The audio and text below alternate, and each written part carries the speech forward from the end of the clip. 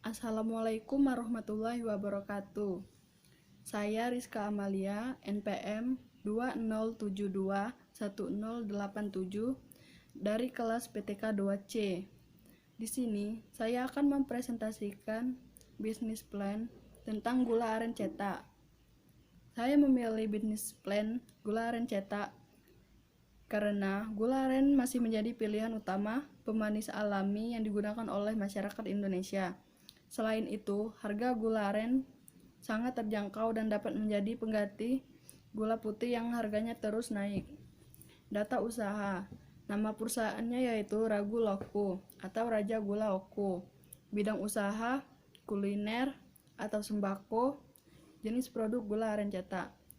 Produk ini telah dilengkapi oleh logo BPOM RI dan logo halal. Rencana produksi. Jenis produk yang ditawarkan pada usaha ini adalah gula aren cetak yang berasal dari cairan air nira pohon aren. Manfaat dan khasiat gula aren sudah diketahui sejak dulu dan tidak diragukan lagi. Diproduksi dengan penuh ketelitian dan dijamin kebersihannya dalam proses produksi. Kapasitas produk gula aren cetak. Produksi gula aren cetak ini dapat menghasilkan sebanyak 30 kg per hari. Gula cetak dijual dengan harga kisaran 17.500 per kilogram. Bagan alir. Pertama yaitu penyiapan pohon aren, kemudian penyadapan nira, penyaringan nira, serta pemasakan nira, pengadukan hingga menjadi gula aren yang telah dicetak. Rencana pemasaran. Dalam hal promosi, menekan biaya yang biasanya sangat besar, tetapi efeknya terhadap penjualan tidak banyak, artinya tidak efektif dan efisien. Promosi melalui brosur dan selebaran sepertinya sudah tidak zamannya lagi dan dianggap primitif. Selain itu, akan menggunakan diskon harga sebagai promosi.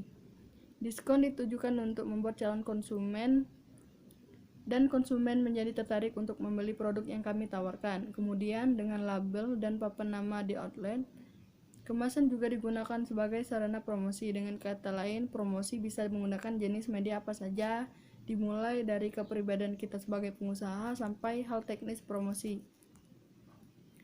Rencana pasar dan target pasar. Kegiatan menentukan target market disebut targeting. Targeting adalah proses mengevaluasi setiap daya tarik segmen, kemudian memilih satu atau lebih karakteristik untuk dilayani. Targeting adalah persoalan bagaimana memilih, menyeleksi, dan menjangkau pasar. Targeting atau menetapkan target pasar merupakan tahap selanjutnya dari analisis segmentasi. Produk dari targeting adalah target market atau pasar sasaran, yaitu satu atau beberapa segmen pasar yang akan menjadi fokus kegiatan pemasaran. Targeting adalah proses mengevaluasi segmen pasar dan memusatkan upaya pemasaran pada negara, kawasan, atau kelompok orang yang memiliki potensi signifikan untuk beraksi secara positif terhadap stimulus pemasaran dari perusahaan. Proses targeting mencerminkan kenyataan bahwa perusahaan harus mengidentifikasi pelanggan yang dapat diakses dan dilayani secara efektif dan efisien. Konsep pemasaran usaha perkebunan. Usaha pembuatan gula aren sudah mulai banyak digeluti dan diminati oleh sejumlah kalangan di berbagai kota di luar Ogan Komering Ulu, misalnya di daerah Martapura dan Muara Enim.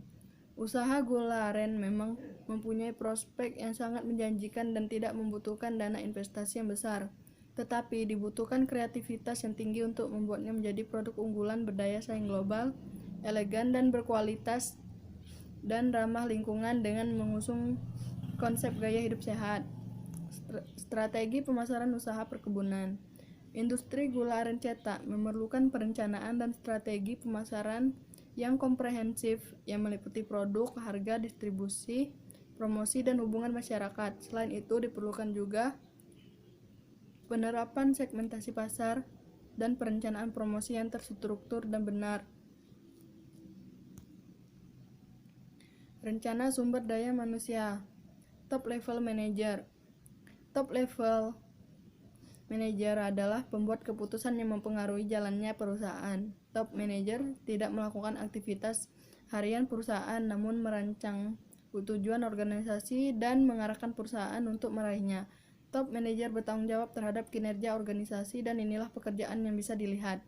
Middle level manager yaitu merancang, desain, dan mengimplementasikan kelompok dan antar kelompok dalam kerja dalam sistem informasi yang efektif, menerapkan dan memantau indikator kerja dan tingkat kelompok, mendiagnosis dan memecahkan masalah dalam dan antar kelompok kerja.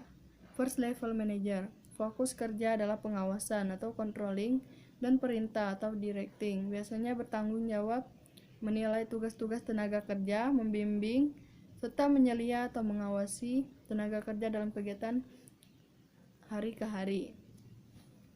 Rencana keuangan 25 hingga 35% total penghasilan digunakan sebagai biaya hidup atau food, power, dan entertainment. 5 hingga 15% total penghasilan digunakan untuk asuransi, 30% total penghasilan untuk ditabung, dan 30% total penghasilan sebagai aset. Sekian presentasi dari saya. Apabila ada kesalahan kata, saya mohon maaf, dan kepada Allah saya mohon ampun. Saya akhiri. Wassalamualaikum warahmatullahi wabarakatuh.